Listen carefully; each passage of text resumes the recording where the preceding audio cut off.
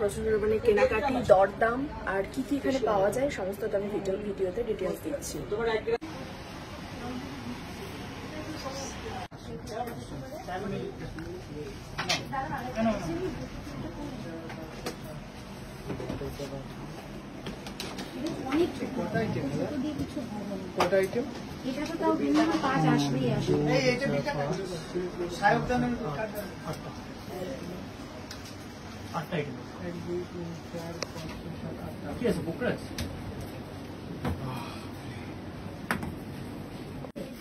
এখানে এক একটা পিস 70,000 80,000 টাকা দাম আছে।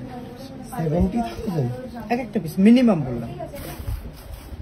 70,000 টাকা দাম। কি করে দেবো রে তোকে? বা এটা বেস্ট। এটা অ্যান্টিক কোয়ালিটি আপনাকে দেখাবো। অ্যান্টিক কোয়ালিটি দেখাবো। দেখো কতটা ফ্রেশ ট্রান্সপারেন্ট। না তুমি আমাকে এইটা হলো তোমার কোয়ালিটিটা। এগুলো রিয়েল ওল্ড বার্মা। মানিক বলে এটাকে। হ্যাঁ।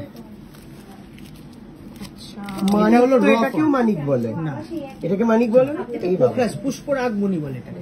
আমি তো এটাকে মানিক ভাবছি। না, এটাকে পুষ্পরাগ, এইটাকে মানিক বলে। হীরা মানিক, হীরার পরে হীরার পরে দামি রত্ন হলেই রুবি।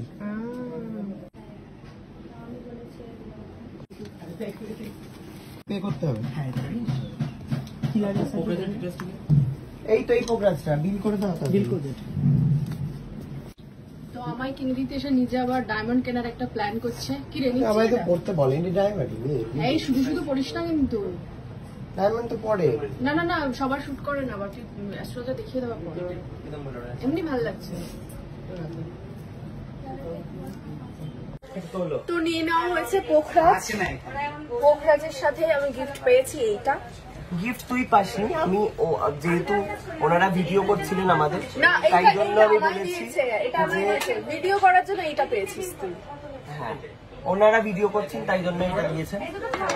তো শুধু ওইগুলো যে গিফট পেয়েছি তা নয়, আরো কিন্তু অনেক কিছু টাকা দিয়ে জিনিস কিনে, না 40,000 না 38,000 এর জিনিস কিনে। এটা হচ্ছে সান্ত্বনা পুরস্কার। এটা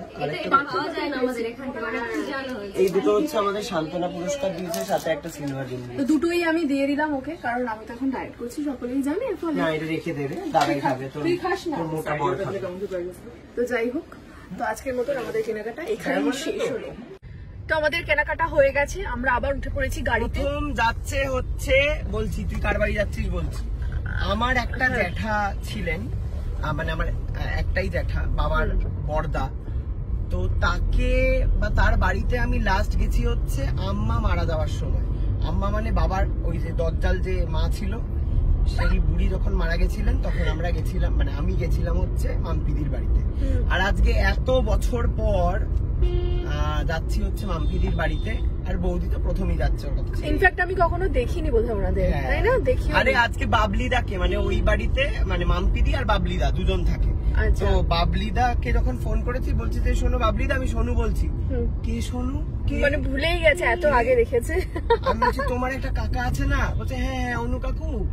আচ্ছা হ্যাঁ, এরকম। তো যাই হোক, পরবর্তী ব্লগগুলোতে থাকছে ওখানকার আকর্ষণ। আপাতত এই ব্লগটা পর্যন্তই, টাটা।